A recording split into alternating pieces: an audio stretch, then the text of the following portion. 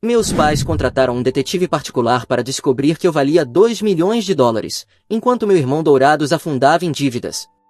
Eu, com 29 anos, estou sentado aqui olhando para o meu notebook há quase uma hora tentando descobrir por onde começar a escrever. Então decidi começar pelo básico, me apresentar. Suponho que o começo é tão bom quanto qualquer outro.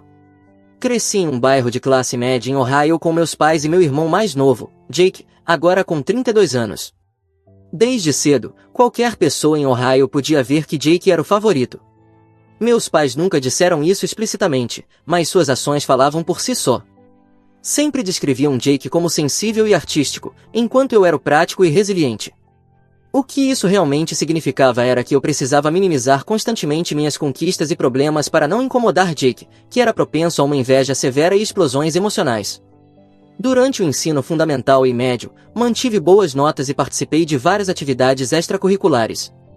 Eu não era um gênio nem nada assim, apenas um garoto trabalhador que genuinamente gostava de aprender. Enquanto isso, Jake enfrentava dificuldades acadêmicas e sociais. Em vez de apoiarem igualmente a ambos ou conseguirem ajuda para Jake, que claramente precisava, meus pais começaram um padrão que definiria nossa dinâmica familiar por décadas: protegiam o ego de Jake às minhas custas. Se eu ganhasse alguma coisa, mesmo que fosse o prêmio de quem saía mais rápido da escola, tinha que esconder isso em casa, porque deixaria Jake triste.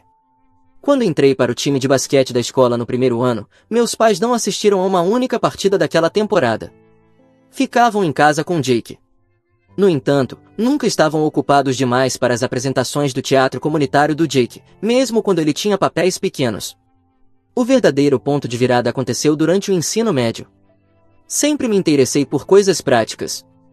Jake, por outro lado, decidiu que queria ser cineasta. Meus pais fizeram uma segunda hipoteca para comprar equipamentos profissionais de câmera e software de edição para Jake, e ainda financiaram um curta-metragem que ele queria fazer para uma competição local. Quando pedi um novo computador de $500 que precisava para um projeto de competição, recebi um tapinha nas costas e disseram que não era o momento para gastos. Apesar da falta de apoio, consegui vencer a competição, que incluía uma bolsa de estudos de $2.000. Quando cheguei em casa, o clima era de tristeza e melancolia, e eu não podia falar sobre meu prêmio porque Jake tinha sido eliminado na primeira rodada de sua competição de cinema naquele mesmo fim de semana. Naquela noite, ouvi minha mãe dizendo ao meu pai que talvez devessem me pedir para não demonstrar minhas habilidades técnicas perto de Jake, pois isso fazia-se sentir inseguro sobre suas próprias capacidades. Quando chegou a hora de me candidatar à universidade, consegui uma bolsa integral para uma universidade na costa oeste. A empolgação dos meus pais era visível, mas pareciam mais preocupados com o que Jake sentiria. Na verdade, estavam tão empolgados que sugeriram que eu considerasse recusar a oportunidade. A única coisa que recusei foi a sugestão deles, e me mudei para o outro lado do país para ir à faculdade. Fiz isso tão rápido que esqueci minhas cuecas em casa. Sem brincadeira. Mas comprei novas. Na universidade, não encontrei pessoas como Jake, porque a faculdade faz uma filtragem natural das pessoas mimadas. Trabalhei meio período no departamento de tecnologia da universidade e aceitei projetos para me sustentar, já que a ajuda financeira dos meus pais era mínima e sempre vinha com condições. Não conte ao Jake quanto estamos te mandando, claro. Como se $50 por mês fosse algo que eu tivesse que esconder num cofre. Depois de me formar, tive a sorte de conseguir um emprego em uma empresa de tecnologia promissora em São Francisco. O momento foi perfeito, era logo antes do grande boom tecnológico, e a empresa estava desenvolvendo uma plataforma de comércio eletrônico. Parecia o melhor trabalho do mundo, e em parte era, mas eu trabalhava muitas horas fora do expediente. Enquanto isso, Jake havia abandonado a faculdade comunitária após 3 semestres e voltou para casa, onde meus pais o sustentavam enquanto ele encontrava seu caminho. Embora, segundo meus pais, esse caminho parecesse mais ir do banheiro para o quarto e de volta. A empresa em que entrei realmente decolou. Foi um grande sucesso. Fomos adquiridos por uma grande empresa de tecnologia 4 anos depois que entrei, e, como um dos primeiros funcionários com ações, de repente me vi com uma quantia de 7 dígitos na conta bancária. Eu tinha 28 anos e um patrimônio líquido de pouco mais de $2 milhões. Não enlouqueci com o dinheiro. Investi a maior parte, comprei um condomínio modesto, mas agradável em Oakland e continuei trabalhando, agora na empresa que nos adquiriu, com um bom salário e mais opções de ações. Durante esse tempo, meu relacionamento com a família tornou-se cada vez mais distante. Nossas conversas eram superficiais, com meus pais sempre conduzindo o assunto para Jake e seus projetos mais recentes, um podcast com 12 assinantes, um roteiro que ele estava escrevendo e um canal no YouTube com assinantes negativos. Essa parte é brincadeira. Os únicos inscritos eram meus pais. Aprendi a ser vago sobre minha própria vida, porque sabia o que aconteceria se contasse sobre meus avanços. Nunca mencionei explicitamente minha situação financeira. Não ostentava riqueza nas redes sociais nem nada assim, simplesmente vivia minha vida de forma tranquila e confortável, visitando a casa uma vez por ano no Natal, onde ouvia com paciência as atualizações sobre os projetos inacabados de Jake e as sugestões mal disfarçadas dos meus pais de que você poderia ajudar seu irmão, já que está indo tão bem. No ano passado, Jake anunciou que queria abrir sua própria produtora de cinema independente. Meus pais, agora com pouco mais de 60 anos e se preparando para se aposentar, esvaziaram uma parte significativa de suas economias e até fizeram outro empréstimo sobre a casa para dar a Jake capital inicial. Eles me ligaram pouco depois para ver se eu contribuiria para apoiar os sonhos do meu irmão, sugerindo que $15.000 seria um bom ponto de partida. Recusei educadamente, dizendo que não tinha esse tipo de dinheiro disponível para investimento no momento. Claro, isso era uma mentira completa. Eu tinha o dinheiro, mas sabia por experiência que qualquer apoio financeiro dado a Jake era como jogar dinheiro no fogo. Tinha visto meus pais salvá-lo repetidamente, jogando dinheiro em cada novo projeto empolgante que ele imaginava, apenas para vê-lo desaparecer alguns meses depois. Não participaria de mais um esforço fadado ao fracasso. Minha resposta não foi bem recebida. Minha mãe me acusou de estar com inveja do gênio criativo de Jake, enquanto meu pai disse que eu sempre fui frio e prático demais para entender a visão artística. Mantive minha posição, desejei sorte ao Jake com sua empresa e encerrei a ligação. Essa foi a última conversa que tive com eles por meses. 6 meses depois, a produtora de Jake não havia produzido nada, exceto um logo caro e um site mal funcional. O investimento dos meus pais praticamente evaporou, e Jake dizia que artistas sofrem no início e citava grandes nomes da arte da história. Enquanto isso, eu passei por uma cirurgia e me sentia particularmente vulnerável. Procurei meus pais em busca de apoio emocional, esperando algumas palavras de consolo ou simplesmente um gesto de preocupação. Em vez disso, me disseram que estavam ocupados demais ajudando Jake a lidar com o estresse do empreendimento. Isso foi a gota d'água para mim. Decidi me afastar deles e focar na minha própria recuperação e bem-estar. Durante 3 meses, houve um silêncio completo, não nos falamos por nenhum meio. Então, do nada, recebi uma ligação da minha tia, irmã da minha mãe, com quem sempre me dei bem, mas raramente falava porque ela mora no exterior. Ela me contou algo perturbador. Meus pais estavam falando com o resto da família sobre mim, dizendo que estavam preocupados com meu comportamento estranho, ou seja, não falar com eles, e insinuando que eu os havia abandonado enquanto enfrentavam dificuldades financeiras.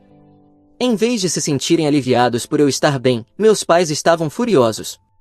Minha tia me disse que se sentiam traídos e estavam convencidos de que eu estava vivendo no luxo enquanto deixava minha família afundar em dívidas.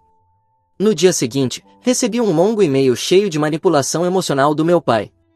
Estava repleto de acusações, dizendo que, enquanto eles hipotecavam a casa para apoiar Jake, eu acumulava milhões e assistia calmamente enquanto afundavam. O que veio a seguir foi uma enxurrada de mensagens de familiares. Meus pais contaram ao resto da família que eu era um monstro egoísta, que escondia minha riqueza deles porque era assim que eu era. Não nego que escondi, e fiz muito bem em esconder. Caso contrário, meu dinheiro já teria virado fumaça em mais uma das loucuras do meu irmão. E falando nele, também se envolveu, com uma mensagem dizendo que estava decepcionado comigo como irmão, pois eu poderia ter feito a diferença na vida dele, mas escolhi ser um cretino do caralho. E então veio a parte mais absurda. Meus pais agora afirmam que eu devo a eles e a Jake uma parte significativa do meu dinheiro. Dizem que é injusto que tenham sofrido todos esses anos, quando eu poderia ter facilitado suas vidas. Afinal, sou parte da família e não posso simplesmente me desvincular do apoio mútuo. Chegaram até a contratar um advogado para entrar em contato comigo sobre um suposto investimento parental na minha educação. O que, como já deixei claro, foi mínimo. Mas eles alegam que investiram em mim, e agora querem colher os lucros. A realidade é que trabalhei incrivelmente duro por tudo que tenho, e eles não estiveram presentes em momento algum. Recebi quase nenhum apoio da minha família ao longo da vida, apenas o mínimo necessário para não ser considerado abuso infantil. Simplesmente escolhi manter minha situação financeira em sigilo porque sabia exatamente o que aconteceria, ela desapareceria como mágica em Las Vegas. Portanto, apesar do que eles pensam, não me vejo como o vilão aqui. Acredito apenas que desviei de uma bala. Porque, se eu tivesse dado dinheiro, todos já sabemos exatamente onde ele teria ido parar. Atualização 1. Depois de tirar um tempo para processar tudo, decidi que o melhor curso de ação era abordar essa situação de forma racional e metódica, em vez de reagir emocionalmente. A primeira coisa que fiz foi consultar um advogado, não porque eu estivesse realmente preocupado com as ameaças legais ridículas dos meus pais, mas porque queria uma confirmação profissional de que não estava perdendo nenhum detalhe e que meus direitos estavam completamente protegidos. Meu advogado me tranquilizou imediatamente, dizendo que a suposta alegação dos meus pais sobre o meu sucesso financeiro era completamente infundada. Ele chegou a dar risada por um bom tempo enquanto lia os documentos. Disse que o advogado que apresentou aquilo devia estar com muita fome para perder tempo com esse tipo de bobagem. No entanto, meu advogado também sugeriu que, em vez de ignorar a situação, eu deveria responder formalmente, deixando clara minha posição. Isso não apenas encerraria qualquer ameaça legal futura, como também serviria como documentação caso eles tentassem escalar a situação mais adiante. Então, escrevi um e-mail para meus pais, com meu advogado em cópia, para esclarecer vários pontos importantes. Primeiro, nunca menti sobre minha situação financeira, apenas preservei minha privacidade, o que é meu direito. O fato de eu não anunciar meu patrimônio não significa que haja algo errado. Cada dólar que tenho foi conquistado por meio do meu próprio esforço, da minha educação e das minhas decisões de investimento. Não recebi nenhum apoio financeiro significativo deles, certamente nada que se compare ao que deram ao Jake ao longo dos anos. Segundo, não tenho nenhuma obrigação legal ou moral de sustentá-los financeiramente, nem a Jake. A situação financeira atual deles é resultado das decisões que tomaram, decisões nas quais eu não tive qualquer participação. Eles não podem exigir dinheiro de mim agora só porque meu caminho levou ao sucesso e o do Jake não. Terceiro, as ações recentes deles, espalhar mentiras para a família estendida, tentar me manipular por meio da culpa e recorrer a ameaças legais para tentar me controlar, danificaram gravemente nosso relacionamento e podem, inclusive, ser motivo de ações legais futuras, caso continuem com esse padrão. Terminei o e-mail deixando claro que, embora eu deseje o melhor para eles, não me importo nem um pouco com a situação atual deles. Declarei que qualquer tentativa futura de me assediar ou manipular resultaria em medidas legais da minha parte, e que, ao contrário deles, eu tenho um advogado de verdade e não alguém que prende as calças com um barbante, embora eu não tenha dito isso literalmente, mas podem imaginar algo nesse tom, só que em um vocabulário mais jurídico e, claro, sem atacar diretamente o advogado deles, ou pelo menos, não de forma tão explícita. Pouco tempo depois, minha tia, irmã da minha mãe, entrou em contato comigo novamente, e, caso haja dúvidas de que lado ela está, posso garantir que é do meu. Ela confirmou o que eu já suspeitava, meus pais estavam contando à família uma versão completamente distorcida dos fatos. Segundo eles, fizeram enormes sacrifícios para me colocar na universidade, o que é absurdamente falso. Também alegaram que eu deliberadamente escondi meu sucesso porque não gostavam de elogiar apenas um dos filhos. Minha tia ainda revelou que essa não é a primeira vez que meus pais fazem algo assim. Aparentemente, anos atrás, tiveram um grande conflito com o irmão do meu pai por um problema muito semelhante. Meu tio se recusou a emprestar dinheiro para um dos primeiros projetos fracassados do Jake, e meus pais o cortaram completamente da vida deles, falando mal dele para o resto da família. Sempre me disseram que meu tio foi quem abandonou a família por causa de um desentendimento trivial. Agora percebo que a história que me contaram desde criança pode ter sido completamente fabricada, ou melhor dizendo, certamente foi, não tenho dúvidas. Recebi mensagens do Jake, mas são pura manipulação ou ataques pessoais. Às vezes me pergunto se ele está se descrevendo a si mesmo quando me chama de egoísta, porque parece que está se encaixando perfeitamente no que ele diz. Decidi bloquear tanto meus pais quanto Jake em todas as plataformas. Não quero mais nenhum contato com eles. Meu advogado me aconselhou a manter registros de todas as mensagens e e-mails deles, caso a situação escale ainda mais, mas acredita que minha resposta formal provavelmente encerrará qualquer ameaça legal mais séria. Algumas pessoas sugeriram terapia familiar, e eu dei uma gargalhada incrível. Não sei por que eu deveria fazer terapia familiar, se quem precisa resolver seus problemas são eles. Eu segui com a minha vida, e eles não se importaram com isso até descobrirem que eu tinha dinheiro. Além disso, a terapia só funciona quando todas as partes envolvidas estão dispostas a reconhecer seu papel no problema e fazer um esforço para mudar. E eu não vejo meus pais ou Jake fazendo isso. Neste momento, meus pais e Jake ainda se veem como vítimas e a mim como bilhete premiado que pode melhorar a vida deles por um tempo, até que acabem com o dinheiro, o que é provável. Enquanto isso não mudar, não faz sentido sequer considerar qualquer reconciliação. Atualizarei novamente caso algo importante aconteça, mas por agora, é isso. Atualização 2. Acho engraçado, e sei que, se eu contasse isso ao meu advogado, ele riria tão alto quanto quando leu a petição dos meus pais. Há pessoas dizendo que sou igual a eles, tudo porque considero que, se eles têm um problema com Jay, eu não tenho. Nunca disse que sou perfeito, apenas que não tenho uma relação disfuncional com o Jake como eles têm. Pode ser que eu precise de terapia ou de resolver algumas questões na minha vida, mas isso não é o ponto aqui. Tenho plena consciência de que meus pais continuarão amando mais o Jake do que a mim, e nenhuma quantia em dinheiro vai mudar isso. Já aceitei isso há muito tempo, não é algo com que eu precise trabalhar particularmente. Mas, se você é como meus pais, alguém que acha que tem direito ao que é dos outros, lamento que esta história não seja do seu agrado.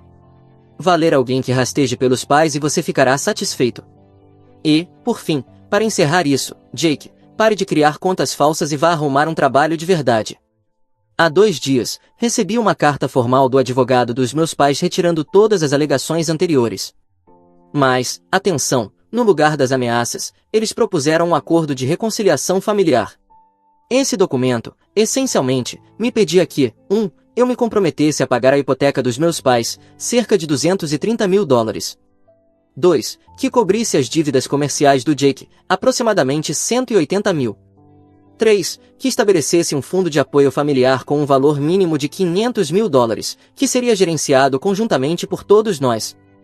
Em troca, eles me dariam as boas-vindas de volta à família e perdoariam meu comportamento reservado. A carta apresentava isso como um generoso compromisso, que evitaria batalhas legais dispendiosas e danos irreparáveis às relações familiares. Meu advogado quase se engasgou de tanto rir. E eu fiquei ali no escritório dele sem saber se chamava a secretária ou os paramédicos. Quando conseguiu respirar direito, confirmou que não havia absolutamente nenhuma base legal para nenhuma dessas exigências, e que as ameaças, por mais que tentassem parecer sérias, não passavam de blefes vazios. Não respondi diretamente à proposta. Em vez disso, meu advogado enviou uma carta curta e profissional, rejeitando qualquer tipo de acordo financeiro. O que eu não esperava foi o que aconteceu depois. Ontem de manhã, recebi uma ligação de um número que não reconhecia. Era o Jake, ligando do celular de um amigo, já que eu tinha bloqueado dele. Ele me perguntou se poderíamos nos encontrar pessoalmente para conversar, só nós dois, sem nossos pais envolvidos. Na verdade, ele queria que eu viajasse até lá. Depois de pensar um pouco, aceitei fazer uma videochamada em vez disso, já que vivemos em costas opostas. Esperava mais uma tentativa de manipulação, mas o que recebi foi algo completamente diferente. Jake admitiu que sempre esteve consciente do favoritismo na nossa família, e que tirou proveito disso ao longo das nossas vidas. Confessou que nunca teve verdadeira paixão por cinema nem por nenhum dos outros projetos. Ele simplesmente descobriu que demonstrar interesse por atividades criativas era uma forma fácil de ganhar a atenção, admiração e apoio financeiro dos nossos pais. A revelação mais chocante foi quando ele me contou que, na verdade, foi ele quem sugeriu contratar o detetive particular para me investigar. Segundo Jake, nossos pais estavam falando em cortar o apoio financeiro depois do seu último fracasso empresarial, e ele precisava desviar a atenção deles de seus erros repetidos. Pensou que, se descobrissem que eu estava indo bem financeiramente, focariam sua frustração em mim em vez de responsabilizá-lo. Jake então fez algo que eu nunca esperei, pediu desculpas. Não foi aquele tipo superficial de desculpa se você se sentiu magoado, mas sim um reconhecimento específico de como ele contribuiu para minha exclusão da família, e de como aproveitou egoisticamente o papel de favorito às minhas custas. Admitiu que sempre sentiu inveja das minhas verdadeiras habilidades e da minha determinação, em contraste com o seu padrão de começar coisas e nunca terminar. Ainda estou impressionado com essa conversa e com o que ela representa. Por um lado, aprecio a sinceridade de Jake e o pedido de desculpas. Por outro, essa revelação sobre seu papel na contratação do investigador particular torna tudo ainda mais inquietante. Quanto aos meus pais, estão curiosos e exigem saber por que estou disposto a falar com Jake, mas não com eles. Parecem acreditar que Jake e eu estamos conspirando contra eles agora, o que não poderia estar mais longe da verdade, mas, sinceramente, se eles acreditam nisso, não me incomoda nem um pouco. Planejo manter distância dos meus pais num futuro próximo. Quanto ao Jake, estou disposto a fazer o mesmo. Pedidos de desculpas são bonitos, mas não mudam o fato de que ele se comportou como um verdadeiro psicopata. Pelo menos ele concordou em manter distância, e espero que cumpra isso. Só o tempo dirá. Também decidi entrar em contato com outros parentes afastados, inclusive meu tio, para ouvir sua versão sobre vários conflitos familiares. Tenho a sensação de que me alimentaram com muitas narrativas distorcidas ao longo dos anos, e está na hora da verdade vir à tona. Atualização 3. Depois da minha conversa com Jake, decidi entrar em contato com meu tio como a primeira pessoa com quem eu gostaria de falar. Trata-se do irmão do meu pai, com quem não falava há mais de uma década. Eu não sabia exatamente o que esperar, mas ele se mostrou surpreendentemente disposto a conversar. Estava um pouco surpreso em ouvir minha voz depois de tanto tempo, mas, assim que expliquei o que estava acontecendo, ele me disse que o que vivi não era muito diferente do que aconteceu com ele. Segundo ele, meus pais têm um longo histórico de manipulação financeira, e o tratamento que recebi é apenas a versão mais recente disso. Contou que, antes de ser cortado por meus pais, eles haviam pedido dinheiro emprestado a vários familiares sob a desculpa de emergências ou situações temporárias. As promessas de devolução quase nunca foram cumpridas. Fizeram isso tantas vezes que, eventualmente, a maioria da família percebeu e começou a dizer não. A gota d'água para o meu tio não foi apenas se recusar a financiar um dos projetos do Jake, mas sim confrontá-los por tratarem a família como um caixa eletrônico, enquanto distorciam a própria situação financeira. Mas o mais chocante foi o que me contou sobre meus avós maternos. De acordo com meus pais, eles teriam recebido muito pouco quando meus avós faleceram, algo que sempre usaram para justificar a narrativa de que lutaram financeiramente para nos criar. Acontece que isso era uma mentira completa. Meus pais, na verdade, receberam cerca de $400 mil de herança há 10 anos, que deveria ter sido dividida entre minha mãe e a irmã dela, a minha tia boa. Em vez de economizar ou investir esse dinheiro, meus pais o queimaram rapidamente com uma série de melhorias de estilo de vida, pagando dívidas antigas e financiando os primeiros esforços artísticos do Jake, incluindo um semestre caro em um prestigiado curso de cinema em Nova York, algo que eu sequer sabia. Enquanto tudo isso acontecia, algo ainda mais inesperado ocorreu. Meu pai apareceu na porta do meu condomínio. Não faço ideia de como ele conseguiu atravessar o país sem me avisar. Não o deixei subir até meu apartamento, mas, depois de pensar um pouco, aceitei encontrá-lo em uma cafeteria próxima. Ele admitiu que estavam enfrentando uma execução hipotecária na casa deles, devido aos empréstimos feitos para a fracassada produtora do Jake. Chegou até a mostrar extratos bancários revelando a terrível situação financeira em que se encontravam, além de uma pilha de contas médicas, alegando que minha mãe precisava de tratamentos que eles não podiam pagar. A princípio, apenas escutei, e depois comecei a fazer perguntas. Perguntei sobre a herança. Claramente, ele não esperava que eu soubesse da verdade, mas foi rápido em responder, insistindo que o dinheiro havia sido investido no futuro dos 2 filhos, e que qualquer empréstimo familiar era apenas um mal-entendido. Quando pressionei por detalhes sobre a suposta condição médica da minha mãe, ele de repente ficou vago e evasivo, o que apenas acendeu mais alertas que gritavam mentira por todos os lados. Sugeri que ele procurasse um consultor financeiro, considerasse vender a casa e ajustasse seu estilo de vida à sua realidade financeira. Também deixei claro que, se quisessem qualquer tipo de contato comigo no futuro, teriam que se comunicar por meio do meu advogado, até que estivessem prontos para ter uma relação honesta. Caso contrário, eu não queria saber mais nada deles.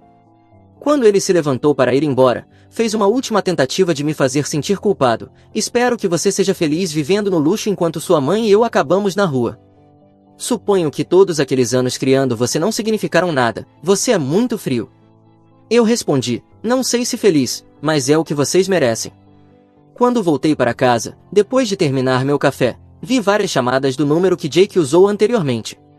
Era só um aviso, mamãe e papai estão furiosos. Estão falando em entrar em contato com seu empregador ou aparecer no seu trabalho para te expor. Tome cuidado. Isso foi a gota d'água. Imediatamente entrei em contato com a equipe de segurança da minha empresa e informei sobre a situação. Também tomei medidas adicionais de segurança em casa, caso meus pais decidam levar isso adiante. Se fizerem, meu advogado ficará feliz em processá-los. Até agora, não consideramos solicitar uma ordem de restrição, porque, morando em estados diferentes, ela praticamente não tem validade. O único ponto positivo de tudo isso tem sido reconectar com meu tio e outros parentes afastados. Aparentemente, não sou o único que foi tratado dessa forma. Chegamos até a criar um grupo de apoio para compartilhar histórias e nos apoiarmos mutuamente. Atualização 4. É coincidência demais que, desde que recebi aquele pedido de desculpas do Jake, não tenha aparecido mais nenhum comentário por aqui apoiando ele ou meus pais. Estranho, não acha? Por sorte, o que Jake me alertou que poderia acontecer não aconteceu. Começo a pensar que talvez tenha sido uma mentira dele.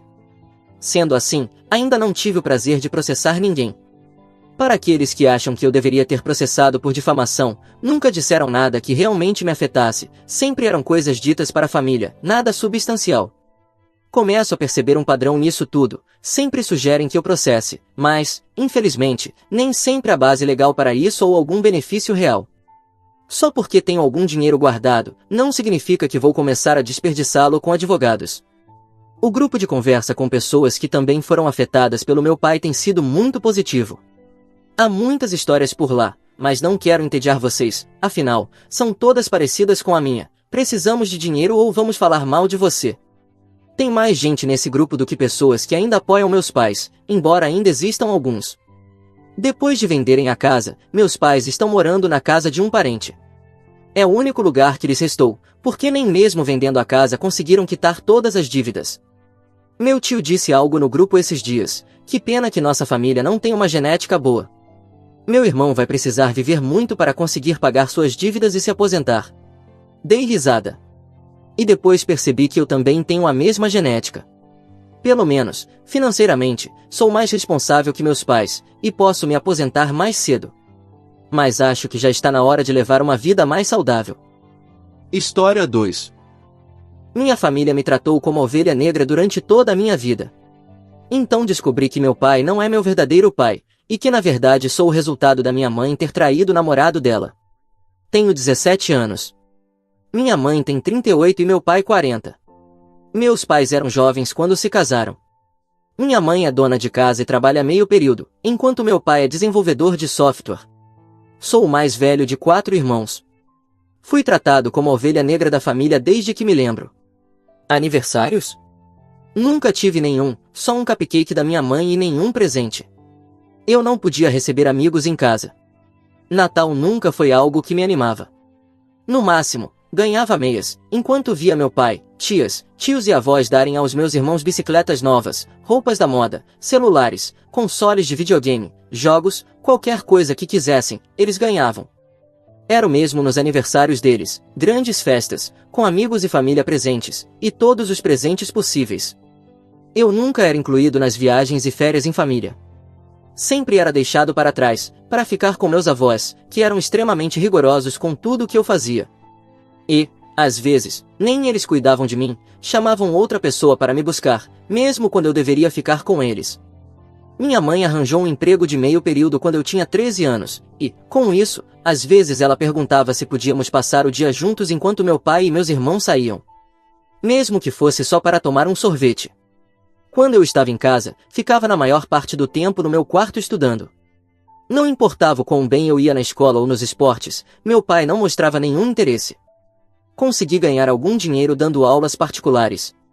Isso, junto com o fato de eu ter arranjado um emprego de meio período na praça de alimentação e também em um supermercado, fez com que eu passasse menos tempo em casa. Ao longo dos anos, minha saúde mental foi piorando, por tentar manter boas notas, ir bem nos esportes e ainda trabalhar em 2 empregos. Minha mãe me ajudou a encontrar uma terapeuta, que tem me ajudado muito. Ontem, cheguei tarde do trabalho, cansado, e só queria dormir. Abri a porta e ouvi minha mãe discutindo com meu pai e minha tia na sala.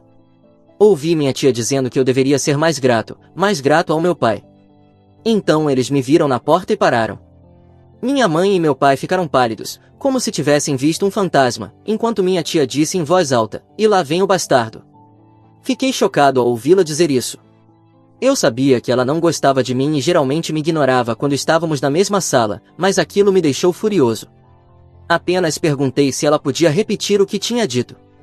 Meu pai tentou interromper, mas eu queria saber por que eu deveria ser grato. Então perguntei o que estava acontecendo. Ninguém respondeu por um tempo, então perguntei de novo, ser grato por quê? Por ser ignorado, negligenciado, abandonado, enquanto meus irmãos são mimados e vivem uma família feliz com o papai. Assim que eu disse papai, minha tia gritou que eu não era filho dele. Fiquei em choque com o que ela disse e perguntei ao meu pai se era verdade. Ele olhou para mim e apenas disse, desculpa. Eu não sabia o que dizer. Olhei para minha mãe, e ela não disse uma palavra. Saí e fui direto para o meu quarto, onde comecei a chorar. Mais tarde, minha mãe me encontrou no chão, tremendo e chorando.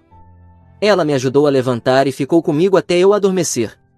Acordei nesta manhã e liguei para o trabalho dizendo que estava doente. Mal saí do meu quarto hoje. Sinto como se tudo o que fiz para tentar fazer o homem que chamei de pai sentir orgulho de mim, ou pelo menos me reconhecer, tivesse sido uma completa perda de tempo. Eu gostaria de ter sabido disso anos atrás. Atualização depois que publiquei este post. Eu precisei sair de casa. Queria ficar sozinho por um tempo, e os pensamentos de acabar com tudo começaram a ficar difíceis demais de ignorar. Então liguei para o meu melhor amigo, e ele veio me buscar. Saímos para dar uma volta de carro, e contei a ele o que tinha acontecido ontem. Ele apenas me ouviu enquanto eu chorava e contava tudo o que ele já sabia.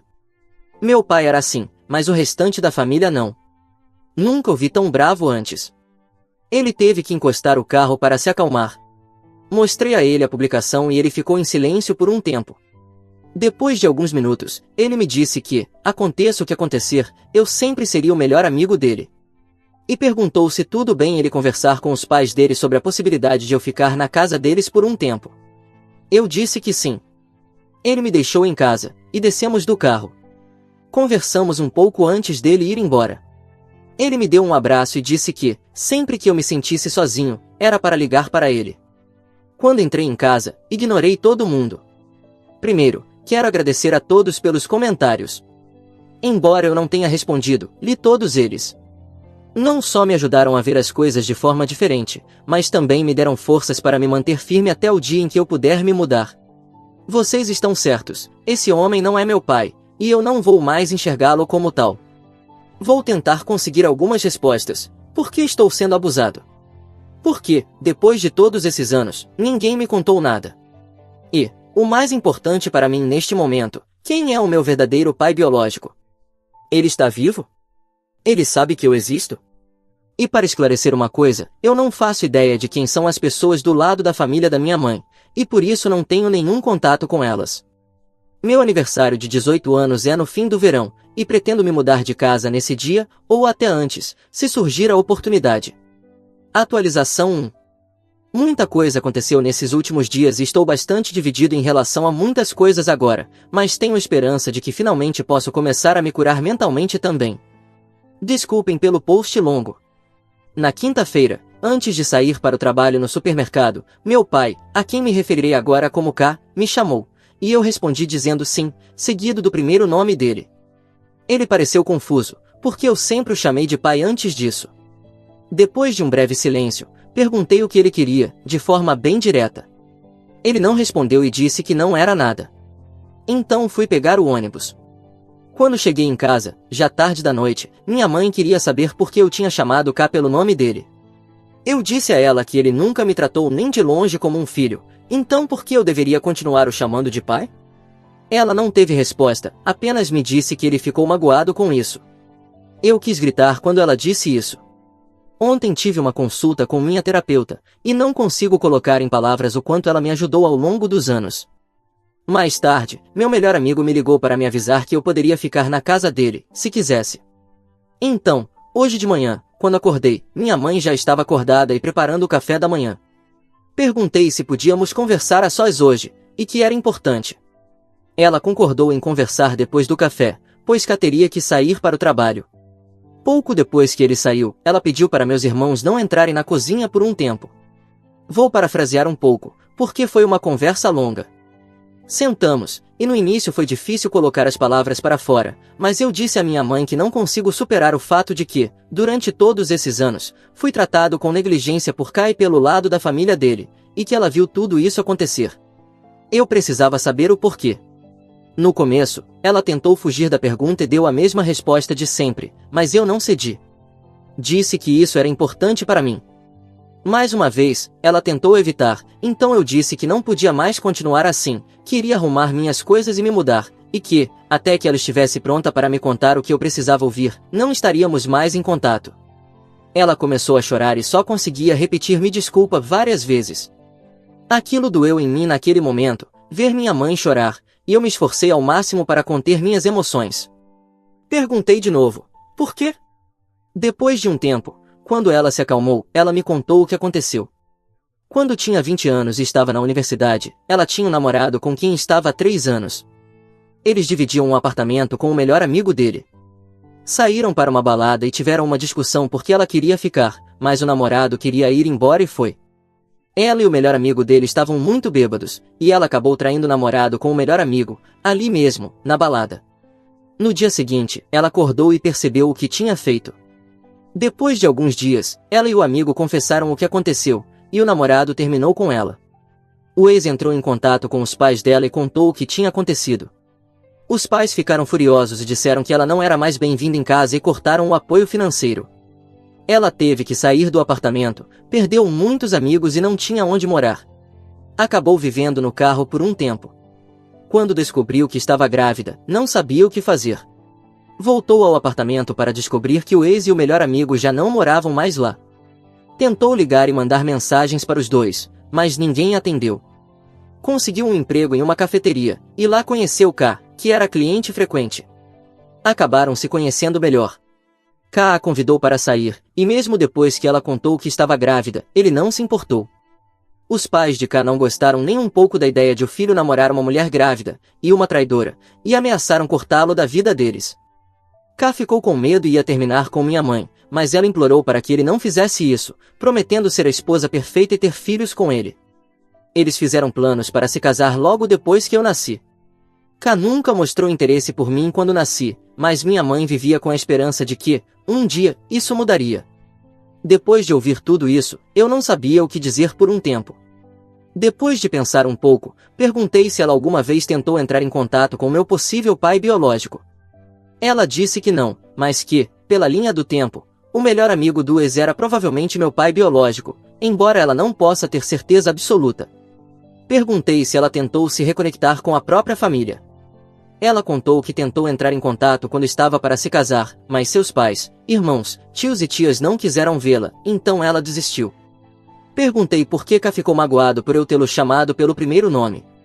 Ela me contou que ele está fazendo terapia há 2 anos, pois vem sofrendo de depressão e culpa. Isso me pegou de surpresa. Disse que tudo começou quando eu tinha 15 anos. Cheguei em casa depois de um jogo de handebol em que vencemos, e fui eleito o melhor da partida. Eu estava tão feliz e animado para contar a eles. Ela, claro, ficou feliz por mim, mas K só disse para eu colocar o prêmio junto com os outros no quarto. Eu comecei a chorar na frente dele e perguntei: por que você me odeia? Ele não respondeu. Fui para o meu quarto e chorei a noite inteira. Depois disso, ele se sentiu triste, como se algo tivesse perfurado por dentro, e isso nunca passou, só piorou. Minha mãe o convenceu a procurar um terapeuta até que ele finalmente cedeu. Com o tempo, o terapeuta conseguiu chegar até ele. Nos últimos anos, ele vive com essa culpa e tem medo de enfrentá-la. Então, quando chamei pelo nome, ele percebeu que tinha me perdido.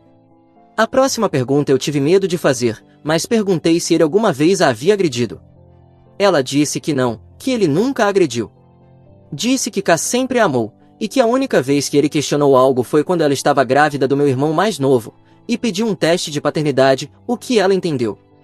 Quando o teste deu positivo, ele pediu desculpas e nunca mais questionou a paternidade dos meus outros irmãos.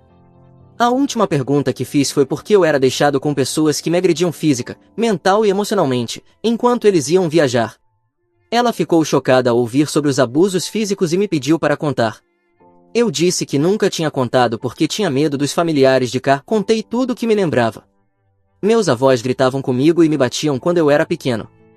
Minha tia nunca falava comigo a não ser quando queria algo, e depois voltava a me ignorar, mandando eu ficar no quarto de hóspedes. Quando eu tinha 14 anos, meu pai levou a família para uma viagem de 2 dias à Croácia e me deixou com o irmão mais velho dele. Ele me pediu para ir ao mercado comprar algumas coisas, e, claro, eu disse sim. Quando voltei, ele pegou as sacolas, trancou a porta e me deixou do lado de fora. Fiquei ali chorando até que todos terminaram o jantar, só então ele me deixou entrar. Minha mãe chorou o tempo todo enquanto eu contava tudo. Ela me disse o quanto estava arrependida. Ela sabia que eles não gostavam de mim, mas não fazia ideia que era ódio. Depois da conversa, ela perguntou se eu iria me mudar e para onde.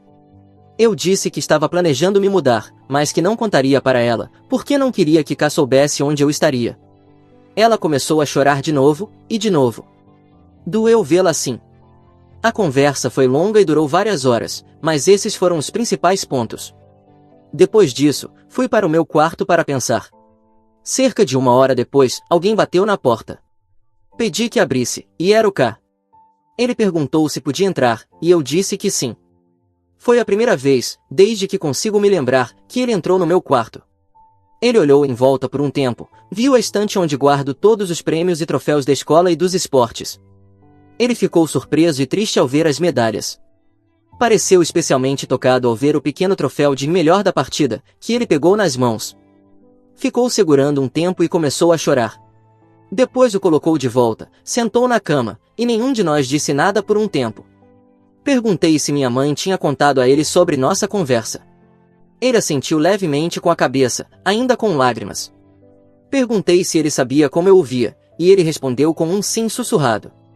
Então perguntei, você tem noção da extensão do que seus pais e irmãos me fizeram passar? Ele olhou nos meus olhos e perguntou se era verdade. Eu disse que sim, e ele simplesmente começou a chorar descontroladamente. Depois de um tempo, ele se levantou e me abraçou. Foi a primeira vez que ele me abraçou e chorou na minha frente. Eu o abracei de volta e comecei a chorar também. Ele não queria me soltar e disse o quanto sentia pelo que me fez passar, pelos anos de negligência, por me tratar como um estranho. E me implorou para não me mudar. Quando finalmente me soltou, pediu uma chance. Eu disse que talvez, com o tempo, eu pudesse perdoá-lo, e perdoar minha mãe, mas que eles teriam que merecer isso. Mas nunca perdoaria a família dele pelo que fizeram. Por enquanto, ele aceitou, mesmo magoado. Por enquanto, não vou me mudar. Mas se as coisas voltarem a ser como antes, não hesitarei em ir embora, e ele sabe disso. Vamos fazer terapia familiar juntos. No futuro, tentarei entrar em contato com meu pai biológico. Quanto à família materna, ainda estou indeciso. Quero agradecer por terem lido até aqui. Liguei para meu amigo e contei tudo o que aconteceu. A porta da casa dele sempre estará aberta para mim.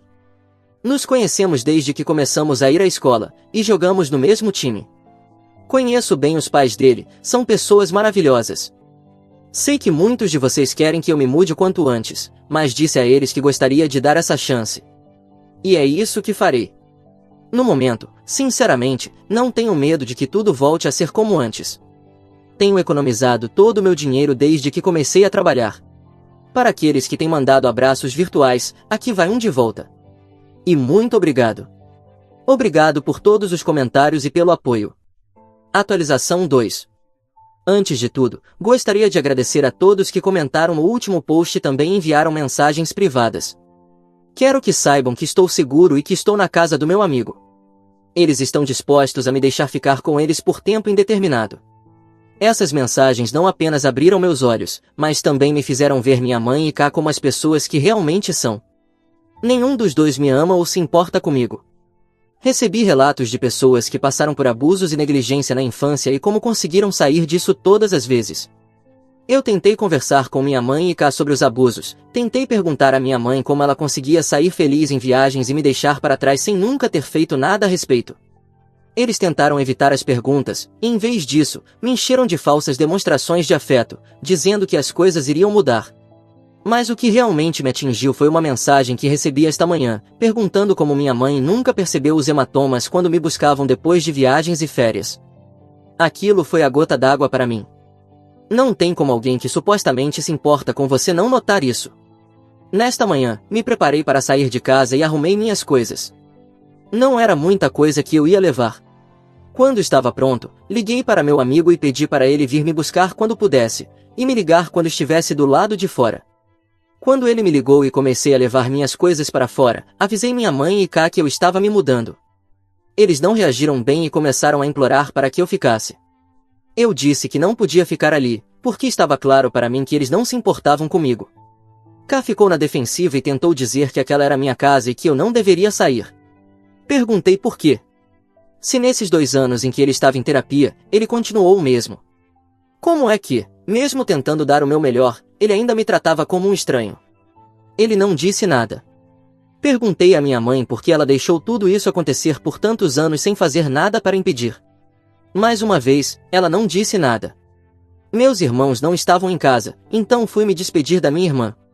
Foi muito difícil, porque ela é a única que sempre me tratou com verdadeira gentileza e amor. Conversei um pouco com ela, e quando contei que estava indo embora, ela ficou tão triste. Foi mais difícil do que eu imaginava me despedir dela. Quando entrei no carro do meu amigo, simplesmente desabei. Dirigimos um pouco antes de chegar à casa dele. O pai dele me ajudou a me instalar no quarto de hóspedes. Meu amigo contou aos pais sobre os posts, e eles me pediram para contar tudo, e eu contei. Os pais dele conversaram em particular por um momento e depois me disseram que preferiam que eu ficasse com eles a longo prazo do que voltar para aquela casa de novo. Obrigado por tudo. Atualização 3. Só queria fazer uma atualização sobre como estou desde que saí de casa e esclarecer algumas coisas primeiro. Sim, eu sou disléxico e não me importo. Isso aqui não é um relatório escolar e eu não estou recebendo nota pelo que posto no Reddit. Segundo, esta não é minha conta principal. Minha conta principal é seguida por alguns dos meus amigos e colegas de equipe, e eu não quero que eles saibam pelo que estou passando. Meu melhor amigo respeita meu desejo de não contar nada a eles. Agora, sobre o que tem acontecido desde que saí, meu melhor amigo e a família dele têm sido simplesmente maravilhosos.